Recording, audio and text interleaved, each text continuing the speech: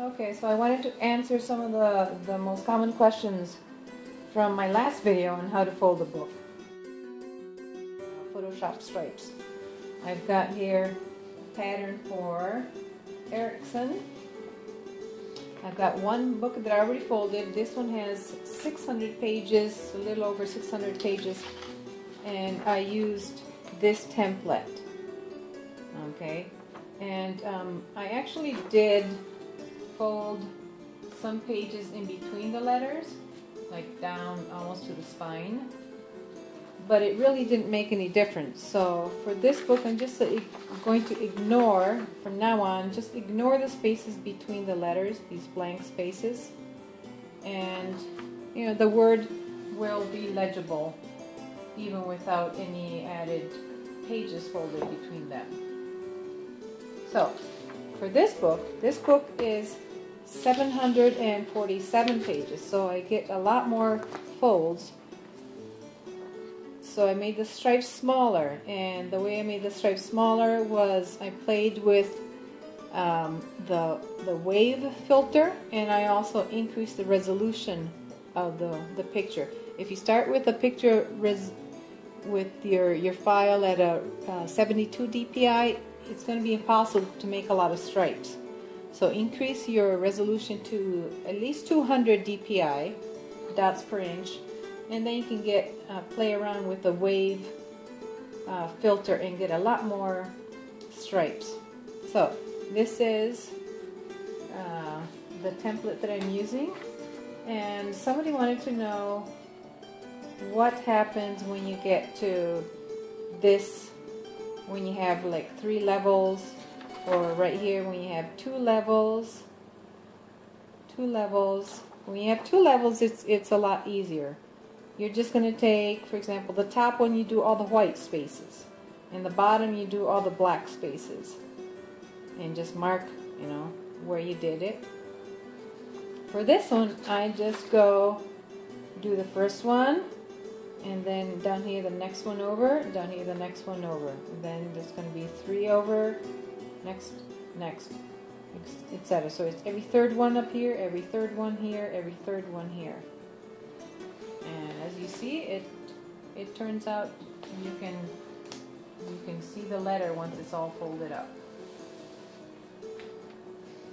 Now, someone wanted to know, what is the little tick mark up here? On this one, I drew in orange where I wanted the top fold to be, but it still shows up after the book is folded, so I'm trying to do away with that by just making a crease up here. And I used a blade, and I just went over it several times so that I can see when I'm folding a little tick mark at the top, and then on the bottom just a pencil mark, and I can see easily at the bottom where to fold to hit that pencil mark right there. You don't want to go all the way to the spine, because the book will just be completely wide open and you can't close it up like that. I tried it once, so just telling you from my experience what not to do. Okay, I'm going to start folding this. I just printed this page, and in order to get that top ledge, as you see right here, you need to fold the top over so you get that top ledge, and that's going to hook onto the top of the page and make it consistent all the way across. So I'm just going to take this, and I just want a little lip.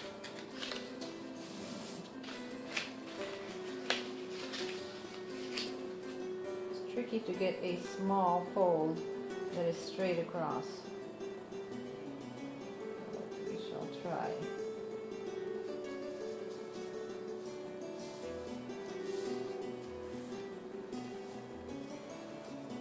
Alright, there's my ledge. I'm going to start from page 1 here.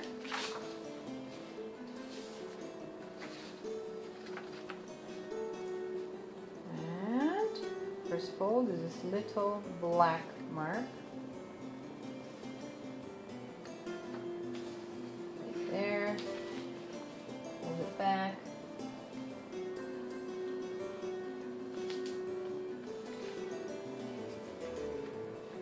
sure it's still hooked down there. Get the bottom part all the way up there. It's kind of hard to do at the very beginning of the word here. Place that down nicely and make a tick mark where you folded. Go to the next page, next stripe.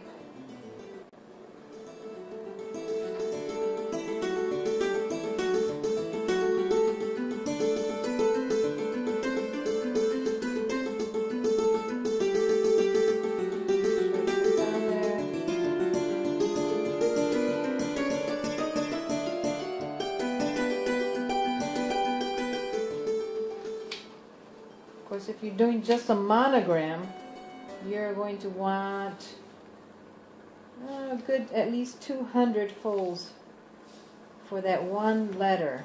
But I would go, not 200 folds, 150 folds, so a 300-page book is going to be the minimum that you're going to want for that.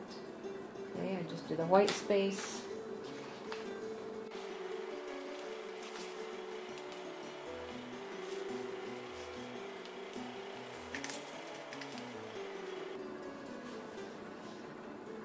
Don't worry so much about reaching these points, as this is the important part here.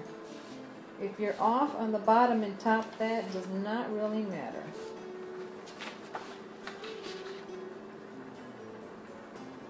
For the purposes of having a folded letter. If you notice up here, it's a little bit crooked, but it doesn't really matter. I don't know if you can see that. It's a bit crooked up there.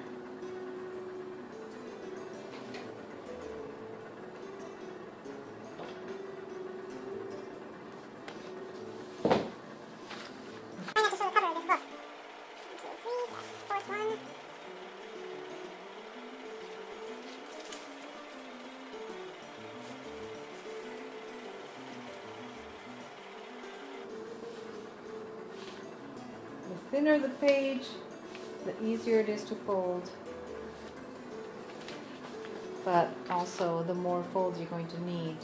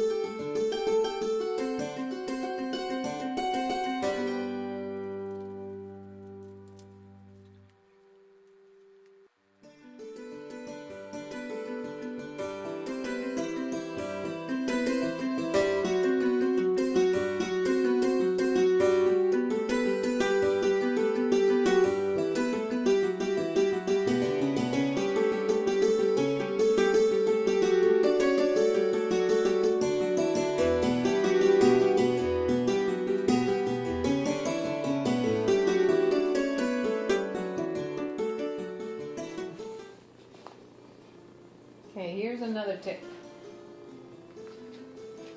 It's getting a little difficult to get this piece of paper all the way back here. So I'm just going to trim off part of it because I'm right here on the C. I don't want to trim off a lot, but nice chunk like that.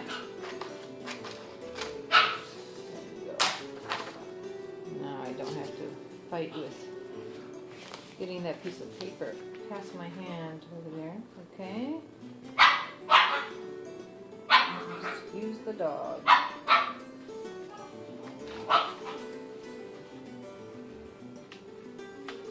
I was folding this last night and I couldn't see the tick mark up there. So a lot of the pages are off. And this one is off as well. That right there.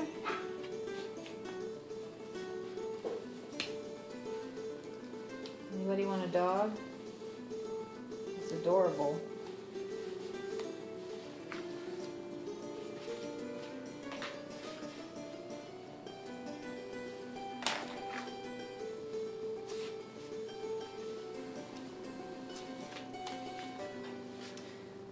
Excuse me, folks, I gotta go check what the dog is destroyed.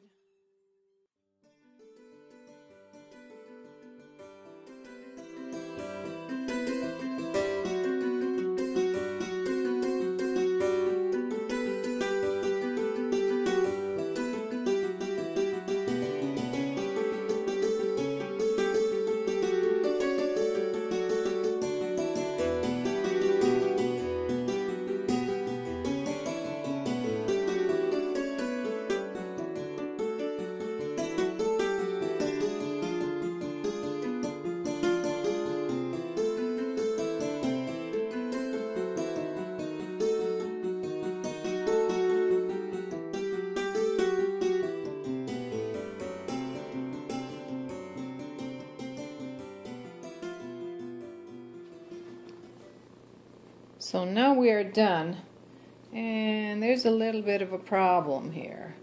Well, for one, the soft cover doesn't work, so I put pieces of cardboard on the front, inside of the front and back cover. But then we have a bunch of pages left over here and none at the beginning. So to fix that, and not to worry, it is fixable, I'm just going to take some of these, not all, not half even, just some of these, cut them out and glue them on this side here. Assuming you're not getting this book to be red, it won't matter. In fact, it doesn't matter because this is the index anyway. Okay. And there it is.